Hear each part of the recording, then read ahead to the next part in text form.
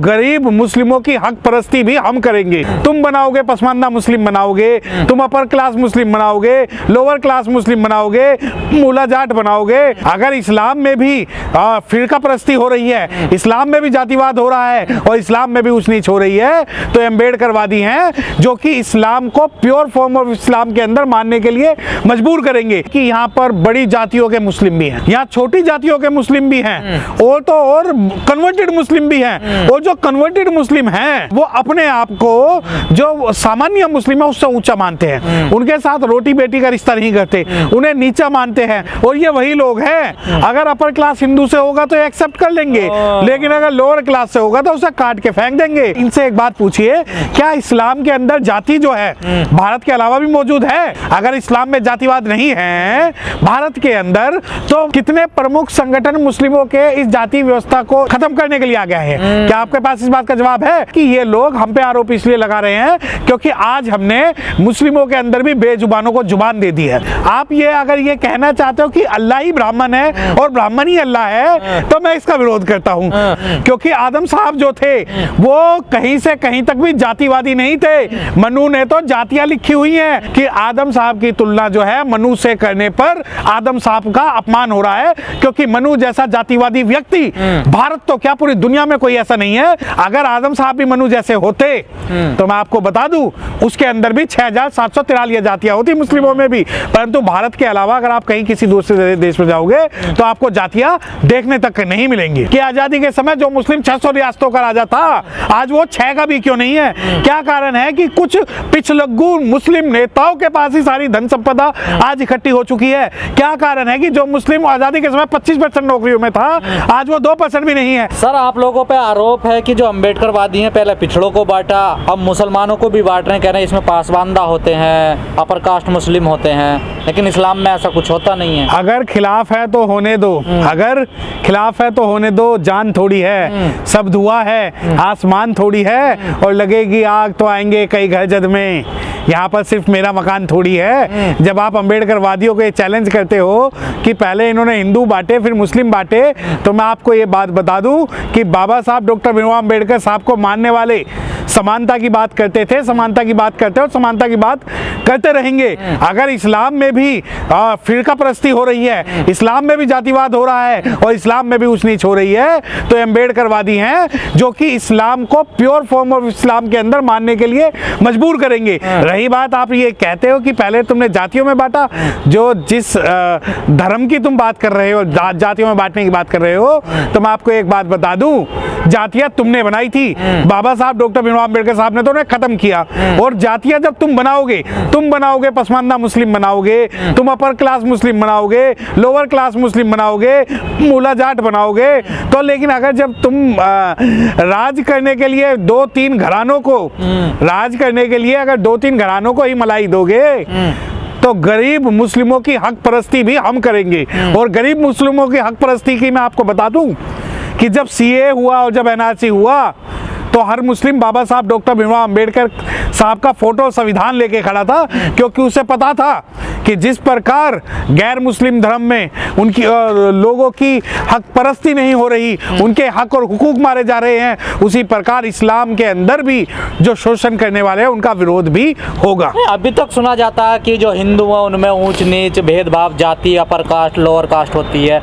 अब कहा जा रहा कि मुसलमानों में भी ऐसा होता है। देखिए, मैं आपको भारतीय परिप्रेक्ष्य में एक बात बताऊं, भारतीय परिप्रेक्ष्य में अगर हम मुस्लिमों की जातियों की बात करेंगे तो आप ये देखिए कि यहाँ पर बड़ी जातियों के मुस्लिम भी हैं, यहाँ छोटी जातियों के मुस्लिम भी हैं और तो और कन्वर्टेड मुस्लिम भी हैं। और जो कन्वर्टेड मुस्लिम हैं वो अपने आप को जो सामान्य मुस्लिम है उससे ऊंचा मानते हैं, उनके साथ रोटी बेटी का रिश्ता नहीं करते, उन्हें नीचा मानते हैं। और बहुसंख्यक, मैं आपको एक बात बताऊं, मुस्लिमों के अंदर कन्वर्टेड मुस्लिम की अगर बात है कि जो वर्ग इनके अपर क्लास से जुड़कर मुस्लिम कन्वर्ट हुआ, उन्होंने अपने नाम चौधरी लगाए, उन्होंने दूसरे सरनेम लगाए और वो आज भी उन्हीं सरनेमों को लेके चलते हैं। परंतु जो मूल रूप से इस्लाम को मानने वाला है वो आज भी अपना सरनेम जो है दूसरी जातियों का नहीं लगा के बल्कि इस्लाम का सरनेम लगा रहा है। तो यही बात है कि जो वर्ग जो शोषण कर रहा है, जिसका सिर्फ, अब मैं आपको एक बात बताऊं कि मुस्लिमों की 3-4 संस्थाएं भारत में ऐसी हैं जिसके अंदर सिर्फ कुछ विशेष वर्ग और विशेष परिवार के लोग ही प्रमुख बन सकते हैं, कोई सामान्य मुस्लिम जो है प्रमुख नहीं बन सकता। ऐसे बहुत सारे इनके फिरके भी हैं, जहां भी जिन फिरकों में बहुत सारे सभी नहीं, मदनी जो मदनी परिवार है उसको ले लो है, देखिए बहुत सारे, मैं नाम नहीं लेना चाहता क्योंकि मेरी परिवार में तो एक ही देखिए ना सारे, ऐसा है बहुत सारे घराने ऐसे हैं जिन्हें ना तो कांग्रेस से कोई लेना, ना बीजेपी से कोई लेना, ना हिंदू से कोई लेना, ना मुस्लिम से कोई लेना, उन्हें सिर्फ राज करना है। और ये वही लोग हैं जब इनका जो रोटी बेटी का रिश्ता अगर अपर क्लास हिंदू से होगा तो एक्सेप्ट कर लेंगे, लेकिन अगर लोअर क्लास से होगा तो उसे काट के फेंक देंगे। और जब वो लोअर क्लास को काट के फेंकेंगे तो कोई भी मुस्लिम इस बाबत जो है अपनी आवाज नहीं उठाएगा कि ये मुस्लिम जो मारा गया है। और आपके पास मैं आपको एक नहीं सैकड़ों उदाहरण बाद में ऐसे बता सकता हूं कि अगर कोई अनुसूचित जाति का व्यक्ति अगर मुस्लिम में चाहे लोअर मुस्लिम हो या अपर क्लास मुस्लिम हो उनकी लड़कियों से शादी करता है या रोटी बेटी का रिश्ता करता है तो पूरा मुस्लिम समाज उसे काटने और मारने के लिए एक हो जाता है। मुस्लिमों में भी है। नहीं, वही मैं बात बता रहा हूँ कि वही एक हो जाते हैं, परंतु वही अगर शादी करेंगे ऋतिक रोशन से करेंगे या शाहरुख खान से करेंगे या किसी नेता से करेंगे या आरएसएस वालों से करेंगे तो सबके मुंह में दही जम जाती है। परंतु ये जो जातिवाद की जब आप बात कर रहे हो, अगर आप ये जातिवाद का नंगा नाच भारत में फैला रहे हो तो इनसे एक बात पूछिए, क्या इस्लाम के अंदर जाति जो है भारत के अलावा भी मौजूद है? और भारत के अलावा जितनी मौजूद जातियां हैं क्या उनमें कन्वर्टेड मुस्लिमों की जातियां भी शामिल आप करोगे? परंतु नहीं,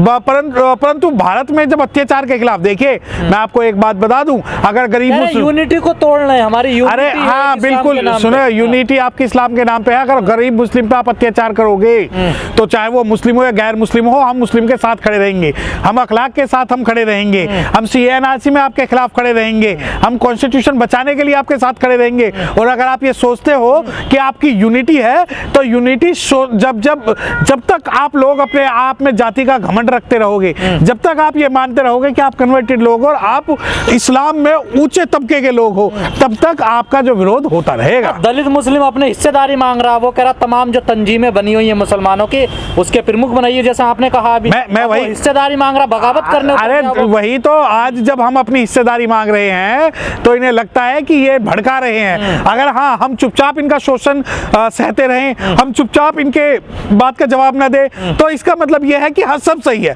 परंतु बाबा साहब की बात करने वाले अम्बेडकराइट लोग जब गरीब मुस्लिम के लिए लड़ रहे हैं तो इन्हें लगता है हम जातिवाद फैला रहे हैं। दूसरी बात, मैंने क्या बताया कि कुछ घराने हैं, कुछ पंथ है और कुछ लोग हैं जो पूरा का पूरा भारत में एक सिस्टम मेंटेन रखना चाहते हैं, जो सिस्टम जो है गैर ब्राह्मणों का है। देखिए अगर इस्लाम में जातिवाद नहीं है भारत के अंदर तो कितने प्रमुख संगठन मुस्लिमों के इस जाति व्यवस्था को, इस्लाम के अंदर जाति व्यवस्था को खत्म करने के लिए आ गया है। क्या आपके पास इस बात का जवाब है? आप ये बताइए कि अगर कोई अनुसूचित जाति का गैर व्यक्ति, अनुसूचित जाति का व्यक्ति मुस्लिम लड़की से शादी कर ले और उसका जब मारने के फतवे जारी होते हैं तो क्या कारण है? उसका कोई विरोध नहीं होता।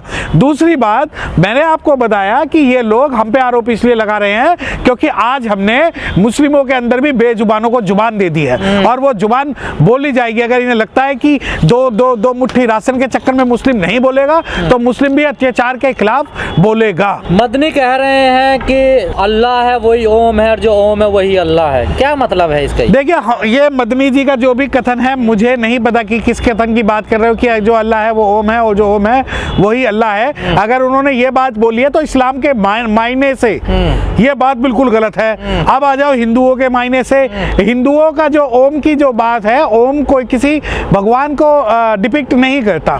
तीसरी चीज, आप ये अगर ये कहना चाहते हो कि अल्लाह ही ब्राह्मण है और ब्राह्मण ही अल्लाह है तो मैं इसका विरोध करता हूँ। पहले आप इस बात का कह तो रहे हैं मनु और आदम है, आदम और मनु और वो आए और ये आए, पता नहीं क्या क्या कह रहे हैं। देखिए अगर आप आदम की तुलना मनु से कर रहे हैं, अगर आप आदम की तुलना मनु से कर रहे हैं तो आपके ऊपर धार्मिक भावनाएं भड़काने के आरोप में एफआईआर दर्ज होनी चाहिए और वो भी मुस्लिमों के द्वारा, क्योंकि आदम साहब जो थे वो कहीं से कहीं तक भी जातिवादी नहीं थे। मनु ने तो जातियां लिखी हुई हैं। मनु ने तो ये लिखा हुआ है कि अगर शूद्र श्लोक सुने तो कान में तेल डाल दिया जाए, और मनु ने तो कि अगर कोई शूद्र बोले, क्या आदम की तुलना, क्या आदम ने जब इस्लाम के बारे में बात की या इस्लाम की जो शिक्षा शिक्षाएं बनाई, क्या उसमें जातिवाद बनाया?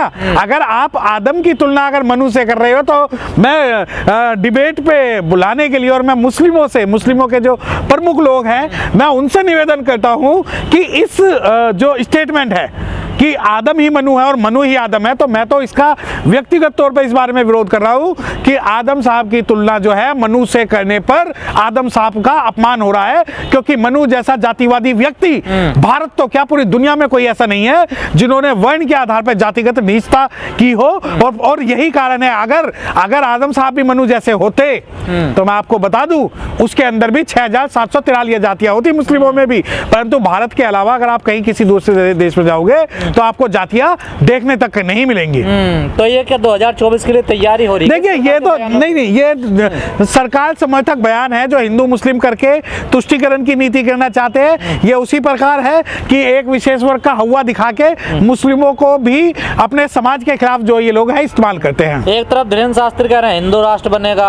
देखिए वही तो, अब ये देखिए एक कोई शास्त्री, कोई पंडित, कोई ये बोलता है तो उसको भी प्रमुखता दी जाती है, नकवी के बयानों को भी प्रमुखता दी जाती है। परंतु अगर मैं आपके चैनल के माध्यम से बोलूं कि अडानी कितने रुपए डकार गया या अडानी ने कितने रुपए का घोटाला कर दिया, तो उस पर कोई नहीं बोलेगा, क्योंकि इन्हें रोजगार से कोई लेना देना नहीं, इन्हें शिक्षा से कोई लेना देना नहीं, इन्हें इस बात से कोई लेना देना नहीं कि आजादी के समय जो मुस्लिम 600 रियासतों का राजा था आज वो 6 का भी क्यों नहीं है। क्या कारण है कि कुछ पिछलग्गू मुस्लिम नेताओं के पास ही सारी धन संपदा आज इकट्ठी हो चुकी है। क्या कारण है कि जो मुस्लिम आजादी के समय 25% नौकरियों में था आज वो 2% भी नहीं है। क्या कारण है कि भारत के एक समय पर जो प्रशासन की भाषा थी वो उर्दू अरबी फारसी होती थी, आज आपको उर्दू अरबी फारसी देखने से भी नहीं मिलेगी। परंतु जब आप तुष्टीकरण की नीति की बात करते हो कि भाई उसने ये कहा और हम उसका ये करेंगे, तो हम इस नीति के पक्षधर नहीं हैं।